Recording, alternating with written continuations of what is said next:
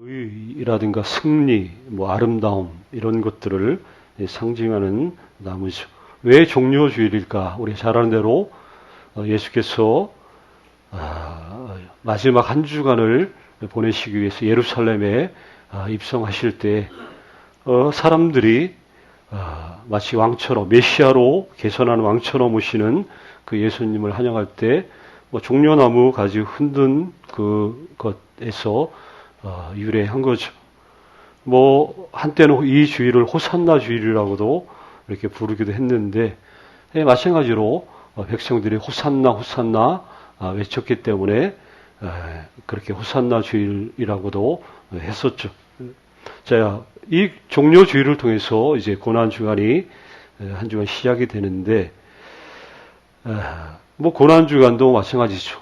예수님의 순환과 어떤 그 의미에 대해서 우리가 경건히 기리는, 그래서 한 주간 그렇게 지키는 시간들로 우리가 삼고 있죠. 이 고난 주간, 이 고통, 아까 우리 찬양도 했지만 고통 가운데 계신 주님, 우리의 고통 가운데 계시기도 하지만 하나님은 그 스스로도 고통하실 수 있는, 고통할 수 있는 이게 능력을 가지신 분이 하나님이. 다른 신들은 감정이 없어요. 감정이.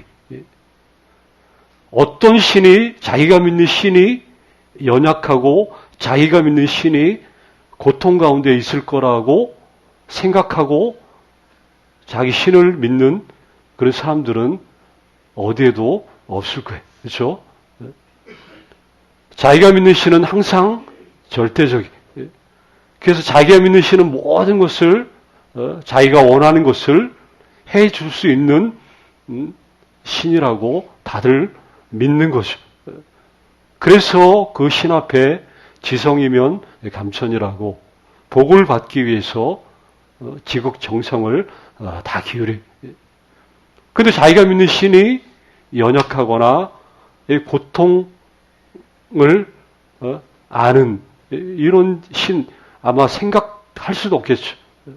근데 하나님은 이 고통할 수 있는 능력을 가지십니다.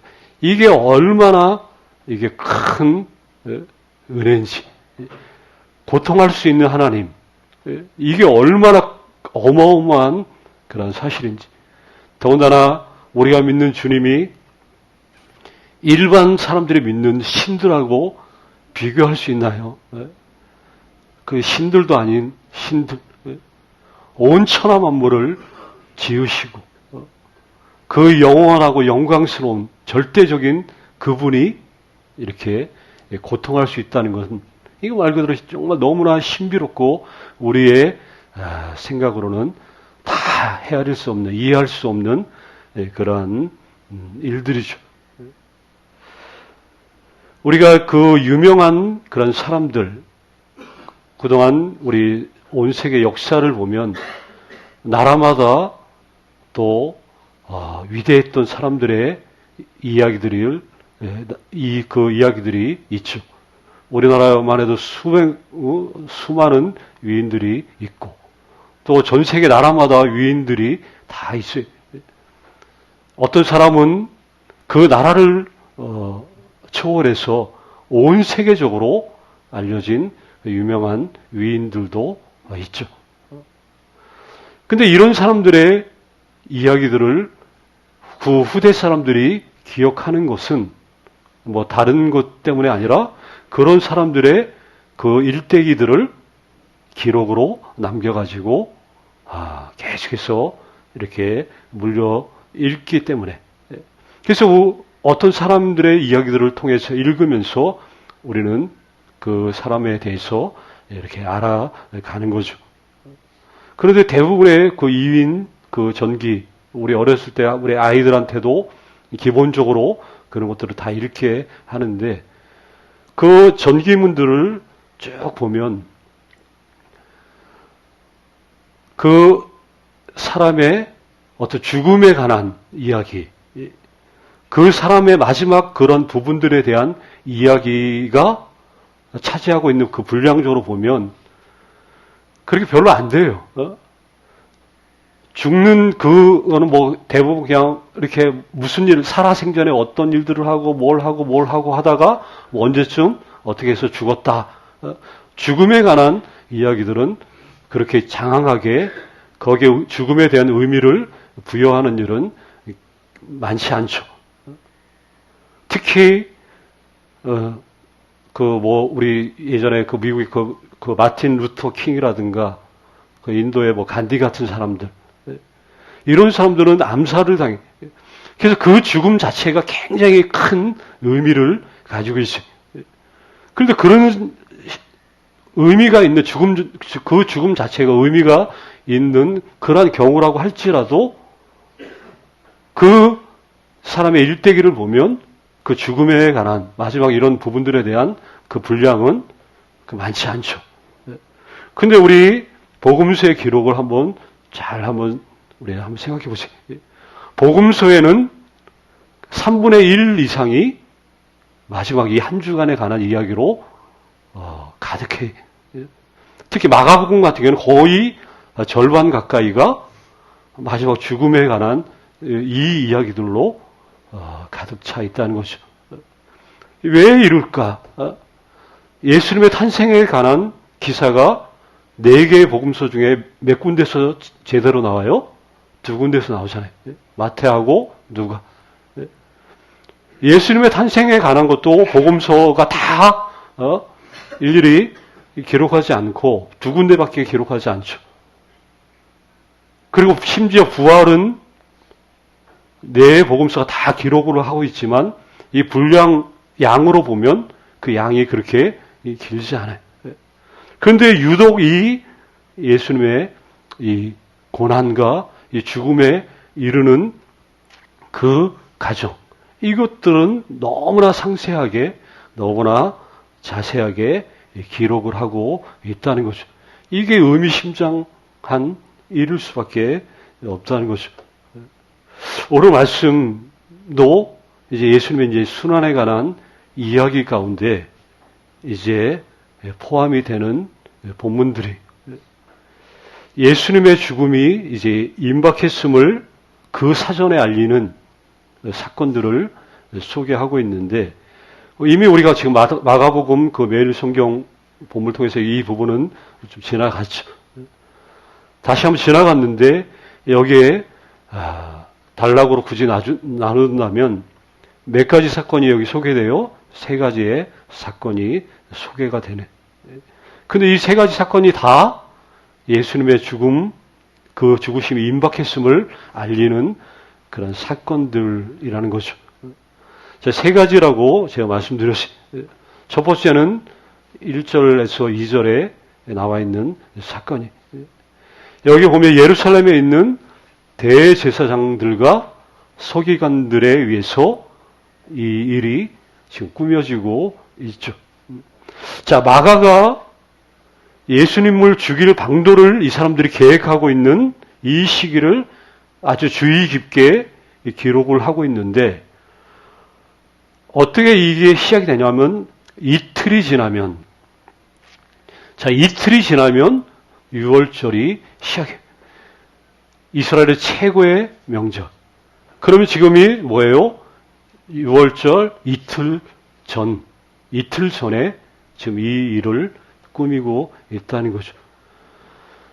자, 이 첫 번째 사건은 2개의 차원에서 전개가 되고 있는데, 하나는 신의 차원에서, 하나는 인간의 차원에서 이 이야기가 펼쳐지고 있어요. 자, 인간의 차원에서 보면 지금 주인공들은 누구예요? 제사장들과 서기관들이 주인공이죠. 이들은 자기들의 계획대로 예수님을 없앨 그 시간을 꾸미고 있어요. 하지만 신의 차원에서 보면 이들은 주인공이 이들이 아니죠. 신의 차원에서 보면 하나님께서도 당신의 시간표를 가지고 계시는데, 자, 이틀 후면 6월절에 큰 명절이 이제 시작되죠. 이 유월절 우리가 잘 아는 대로 뭘 기억하는 거예요? 그 구약의 출애굽 사건을 기억하죠. 출애굽의 위대한 그 구원 역사, 이거를 기억하면서 지키고 있는데, 그러면 이 출애굽은 구원과 연관되어서 생각을 하는 거죠. 아마 예수님 당시 이 시대에는 그 어느 때보다도 이 유월절 절기가 그 사람들에게는 남다르게 다가올 수밖에 없는 명절이었어요. 그전에는 그냥 출애굽을 기억하면서 구원하신 그 하나님의 은혜를 기억하면서 찬양하고 기뻐하고, 그런데 지금은 그렇게 단순히 출애굽을 기억하면서 기쁨의 이 명절을 지킬 수가 없는 그런 시대에 지금 놓여 있는 거죠. 왜 그래요? 지금 나라가 지금 로마에 의해서 지금 속박되어져 가지고 지금 나라를 빼앗긴 상태. 그러니 이 명절에 이 출애굽 이 구원 사건을 기억하면서 로마의 압제로부터 해방시켜 줄 것을 너무나 고대하는 거예요. 메시아가 오시면 이렇게 될 것. 그러니까 얼마나 이 간절한 그런 명절 기간일까. 하나님이 바로 이 절기를 의도적으로 제사장들과 서기관들은 예수님을 잡아주길 그 계획을 꾸미되, 근데 명절에는 혹시 밀란이 일어날까봐 명절에는 하지 말자. 근데 하나님의 계획은 그 명절에 그 구원 위대한 역사가 벌어졌던 그거가 똑같은 이러한 일들을 그 명절에 6월절에 하시기로 계획을 하시는 거죠. 그러니까 신의 차원과 인간의 차원은 벌써 이야기 자체가 달라진. 그들은 명절에는 하지 말자. 그러나 하나님은 명절 기간에 이 일을 하자. 이제 이렇게 되는 거죠. 자, 이게 준비적 사건이죠. 예수님의 죽음을 알리는 첫 번째 사건이죠. 두 번째 사건은 그 베다니 그 한 마을에 거기서 이렇게 향유 옥합을 깨뜨린 여인에 관한 이야기인데, 자, 그 여인의 이야기를 먼저 살펴보기 전에 앞서 그 뒷이야기를 먼저 살펴보면 세 번째 사건, 거기를 보면, 자, 14장 10절, 11절에 보면 세 번째 사건이 나오죠. 자, 이 세 번째 사건은 누구에 의해서 꾸며지고 있어요? 가롯, 유다. 첫 번째 사건은 대제사장들과 서기관들, 그렇죠? 근데 이 세 번째 사건은 지금 가롯 유다에 의해서 꾸며지고 있어요. 유다의 계획은 앞서 이렇게 예수님을 죽이려는 음모를 꾸몄던 대제사장들, 서기관들하고 근본적으로 다른데, 다른 이유는 가롯 유다는 예수님의 제자였기 때문에 다르다는 거예요. 주님을 그렇게 따랐던, 주님이 택했던 그런 제자인데, 제자가 지금 이 일을 꾸미고 있다는 거예요. 자, 여기도 마찬가지로 두 개의 차원에서 이 이야기가 관찰이 돼요. 신의 차원과 여기도 인간의 차원에서 이 이야기를 볼 수 있어요. 인간적인 측면에서 보면 유다는 단지 그 제사장들 그게 거래를 하는 거예요. 거래를 그리고 흥정을 하고 있을 뿐이. 그러나 신적인 차원에서 보면 하나님의 시간, 그 때가 이제 이른 거죠. 때가 이렇기 때문에 이 일들이 지금 벌어지고 있는 거예요. 그러니까 자기 유다는 각본대로 일이 진행되고 있다고 믿었겠지만 실제적으로 유다가 하고 있는 일이라는 것 자체가 그냥 하나님의 인류 역사를 구원하시기 위한 그 위대한 이야기에 있어서 그냥 조연에 불과한 그 일을 지금 하고 있는 것이죠. 이 두 이야기. 첫 번째 사건은 미움과 증오 때문에, 세 번째 사건은 이 반역과 이 배신의 이야기가 앞뒤로 있어요. 그 이야기들 사이에 이 두 번째 사건, 베다니아에 있었던 한 이름 모를 여인의 그 옥합을 깨뜨려서 주님 앞에 이렇게 부은 이 이야기. 이 이야기의 결정적인 요소는 사랑이죠, 사랑. 앞에는 미움과 중호, 그리고 배반과 반역, 그 정말 그 삭막한 그러한 사이에 이 사랑이 여기에 꿈틀거리고 있다는 것이죠. 이거 뭘 말하냐?